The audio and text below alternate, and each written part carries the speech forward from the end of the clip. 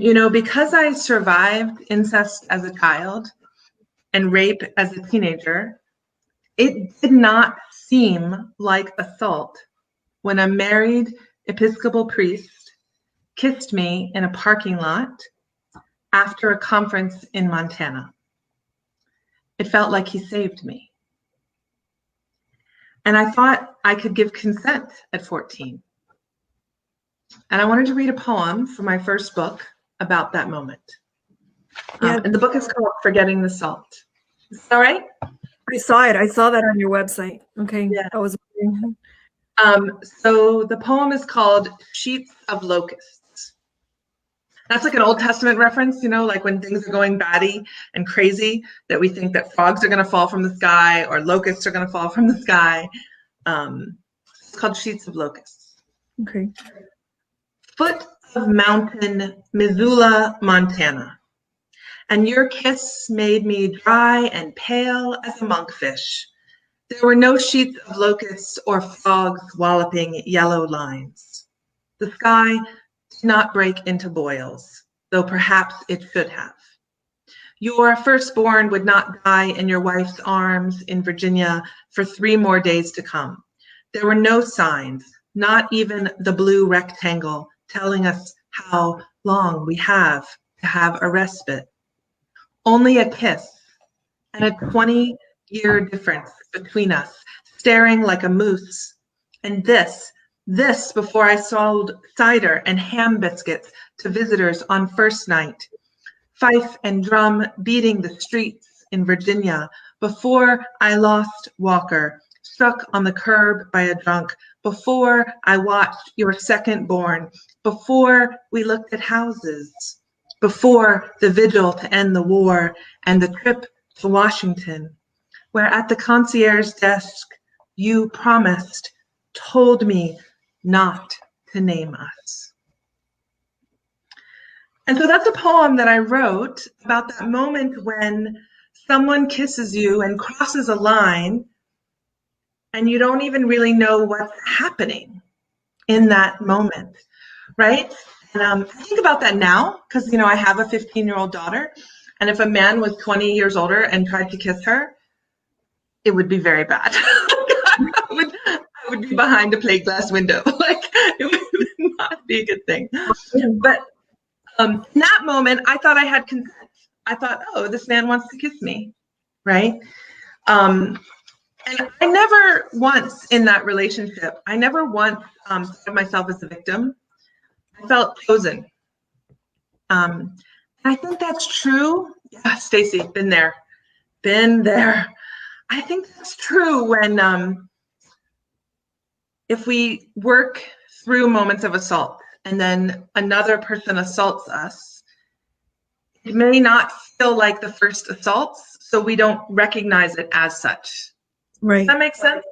And that's so important to clarify, because you're giving other people that may be watching permission to not blame themselves, because it's true. If you were already trained, you know, basically if you're a victim of incest at an early age, your brain is already trained by that experience that it's normal. It's familiar. Let's call it familiar. It's not normal, but it's familiar. So then the familiarity of it makes it okay. Like, it almost makes it like you can't say no, or why would you say no? And it doesn't make sense. It doesn't register the way it registers in someone else's mind. So I'm so glad that you said that, because someone could be watching this and carrying around a lot of guilt or a lot of self-blame, but you have to have some understanding as to what happens in your brain and in your mind and in your thoughts when you're groomed and trained this way. Yeah. So thank you for saying that, and just continue, because this is your story's teaching people stuff.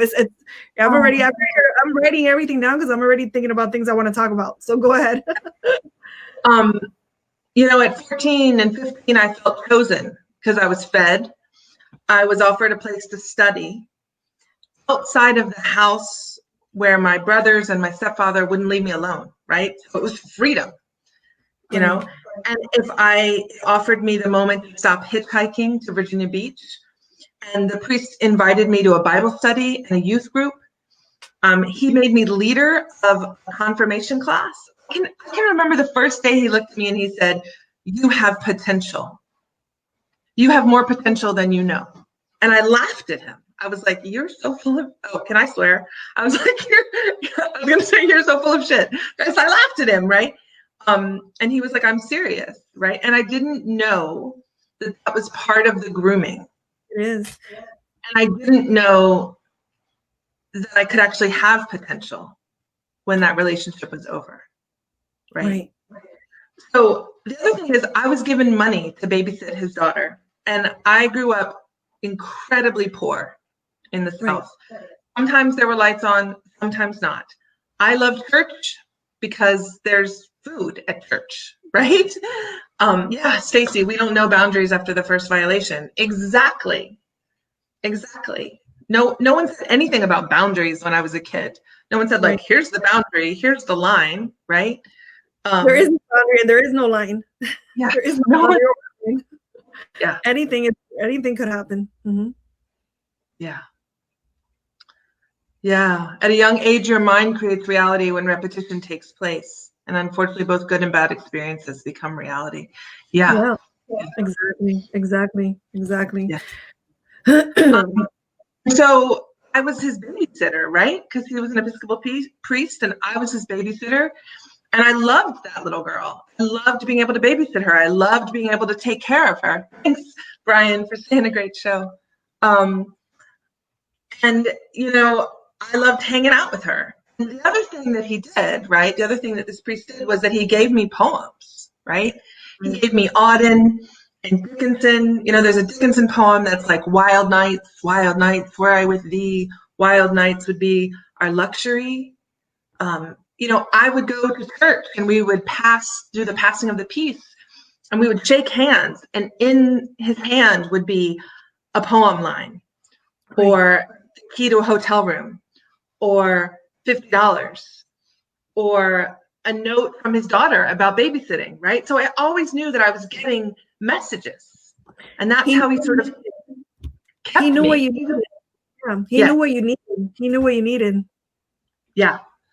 Yeah. And he also said to me that God made me a writer, and to write was to honor that gift from God.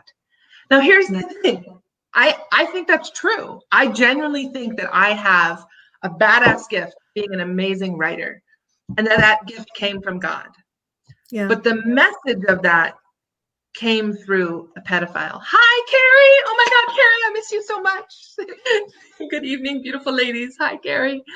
Can you speak to how confusing it is when our predator gives us that gift of that message and at the same time does something terrible to you? Can you talk about that confusion? Because a lot of people that experience these types of things, which it could be from a family member, a parent, or it could be from someone like what happened to you, it becomes so confusing, especially at such a young age, that you're already confused and you've already been misled, that if it furthers, like it disempowers you further, because then you feel guilty. There's a lot of guilt involved in that. Can you talk about that a little bit? Yeah. The thing about this priest was that he was incredibly gentle. So it never felt like rape. It never felt like assault. It never felt like the things that my brother's friends did. It didn't feel like violation. Even though it was something awful done to me, it didn't feel awful, which added to that confusion, right? Yes. Of where he said, like, you can be an amazing writer. You can write yourself out of this town. You can write yourself to college. And I was like, I can't write myself to college. Are you kidding me? I'm only passing English class. And he was like, no, you can, right? So to believe in me, and then the cost of that believing in me was my body. Right. It was very confusing. That was powerful. That one statement was extremely powerful. You have no idea I don't know if you know how powerful that statement is, because the same way that you're saying the cost of him believing in me was my body. There's so many young girls out there, children, that the cost of receiving the love of their parent is their body. And they're confused because it's not experienced as rape. it's experienced as gentleness, love, and it's so confusing because there's also the story of where you fall in love with that person, and there's girls that fall in love with their dads or their brothers or whatever it is, their uncle, their stepdad, and that gentleness is part of the grooming. It's part of the grooming. It's so important for people to understand that it doesn't always come as brutal, aggravated assault. You know, it doesn't always come in that way. It's so important for people to understand that as well. Yeah. And the other thing about him was that this was the early 90s, right? So he was like, this is the AIDS crisis, and this is the AIDS quilt, and this is liberation theology. Like, he broke my world open and said, you know, the world is bigger than Virginia, right? He taught me about social justice, and he said, now we're going to go to a good evening. Hi, Angel. Thank you for joining us.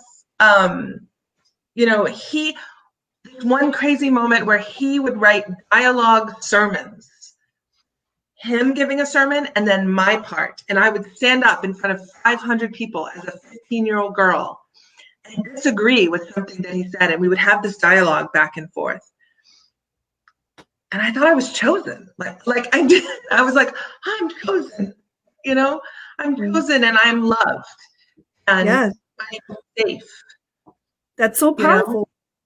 You know? I want to know, does that resonate with anyone out there? And is this giving you a new understanding? Because everything that you're saying is so powerful. That's exactly what happens to the girl that falls in love with her father. She's the chosen one, and she's lucky. You know, you're lucky, and you're receiving that love.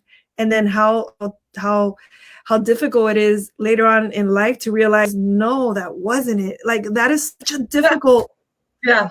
You'll get there. I'm sure you're going to get to that point, but it's so. Yeah, because at 15 and 16, your brain is where it is. It's age-appropriate behavior, right? For me to say, oh, this man is paying attention to me. Oh, this man is making sure I'm fed. Oh, this man is making sure I have clothes. Oh, this man is making sure I have food. Oh, he's making sure there's money for college, right? Like, all of that is age-appropriate behavior. So he was both priest and father and lover, all mixed into one. So it was very confusing for me. But I grew up in a house of secrets. Right. I don't know if that's true for anyone else online. But when you grow up in a house of secrets, you already know how to keep them. Yes, that's powerful. You know, he didn't have to say to me, you're my secret. I already knew. Right. I already knew.